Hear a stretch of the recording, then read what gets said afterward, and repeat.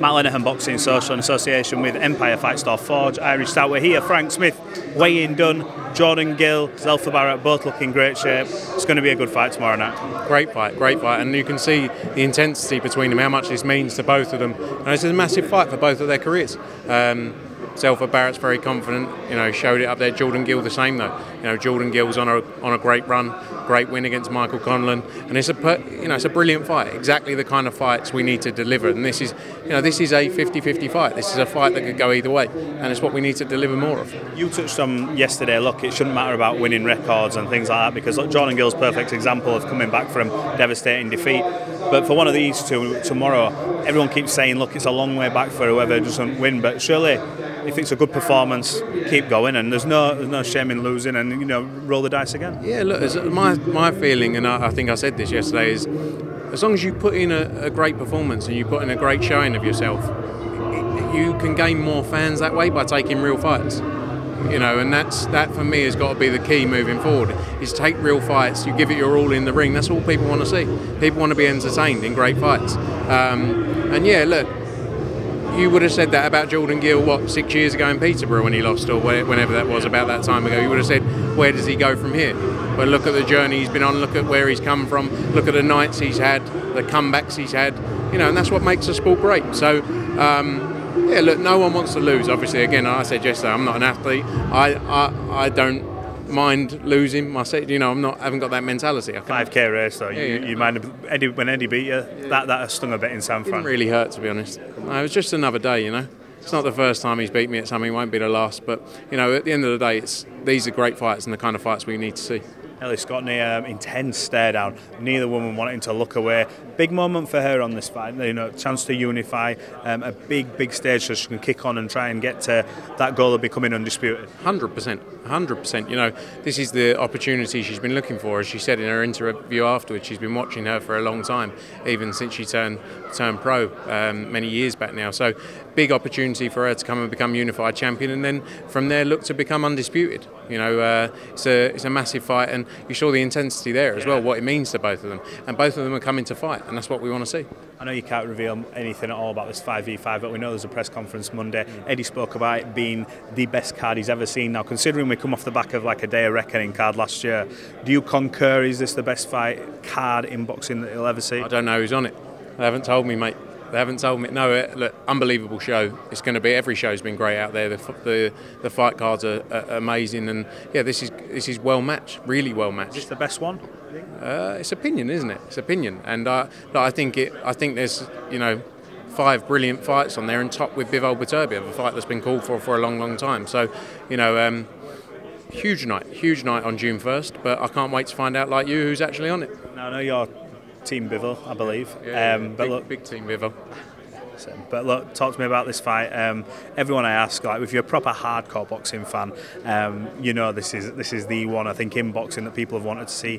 Technical brilliance of Bivol, and Beterbiev, that absolute monster who's just run through the likes of a Callum Smith, and no one really does that to him. How pumped are you to see that fight? A fight of that magnitude with the skills, the accolades on such a big stage. I can't wait for it. I can't wait, and I'm delighted it's being delivered. This is what Saudi boxing has been great for, delivering big fights that otherwise we may not have seen. And Bivol Beterbiev is maybe one of those fights we might not have seen, because of the complexities of it. It takes away a lot of the ego as well, and a lot of the difficulty of deals, being able to do it, with a central party who can put a fight together. And look, it's an unbelievable fight. I think Bivol's the man. He's going to go and get the win for me, but it'll be a tremendous fight. And again, the kind of fights we need to see more of. That undisputed light heavyweight championship. It's been a long time coming. But yeah, Bivol for me all day long. 100%. Come on to Canelo Alvarez, Jaime Munguia, someone you worked with for a few fights. Canelo Alvarez seemingly takes on all challenges. I know people want to see Benavidez. Yeah, sorry, Benavidez fight. But do you find it a bit strange now in boxing, when people start questioning you, when you look at the list of names on his resume and they go, some people are saying he's ducking Benavidez, and it's when you reel off the names, it wasn't ducking a Mayweather, a Cotto, and you still find that a bit weird. It's boxing. Nature. It's boxing, isn't it? Boxing's always going to have that. you can do everything in your career and still be judged, and you know, people will have their view on what you've done. You know, he fought Mayweather at what, 22 years old? Yeah, I think 22, 23. 22, 23, and the run he's been on since then. You know, and also, you know, there was that point as well. He had 5 fights, I think, in 50. You know, when he was fighting Saunders, Callum Smith, like all of these fights. Look, you can't question Canelo Alvarez's career. I think it's a great fight. I think it's going to be a massive fight between him and Jaime Munguia. Munguia coming off the back of a great win against John Ryder. He looked great that night. He had a tough fight against Derevyanchenko, but I think, you know, I think it's going to be a brilliant fight, and looking forward to it. How do you see it panning out? Obviously, I suppose it's the experience of Canelo Alvarez. People saying he's maybe not the once the same fighter he was, but I think when you detract from some of his abilities, he's got better in other areas though as well. I don't think he gets enough credit for some of the stuff he does, his defensive work and these kind of attributes. But how do you see that fight panning out?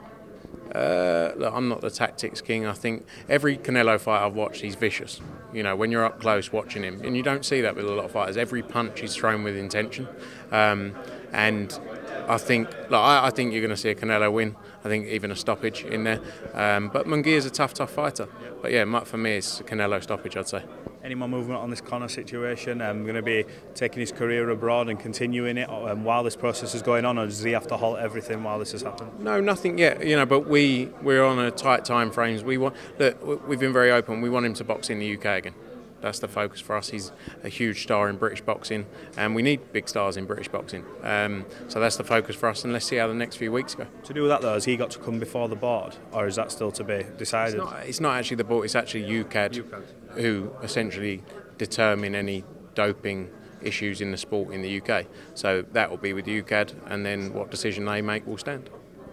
Okay, Tyson Fury, we touched on Tyson the other day, but you see his comments about Anthony Joshua, he's called him a big sausage, and then ironically when they asked him about, someone asked him, oh, was there any real beef, all the back and forth, and he goes, do you think there's really any real like nastiness, you know, if he was over here and he'd come to my house and things like that? What do you make of Tyson? He sort of shows like two sides every now and again, just what he wants you to hear. Entertaining. That's what he is, you know, he says things, he says divisive things, and he gets people going. You know, it's like that song, isn't it? Gets the people going. That's what Tyson Fury does. He's entertaining.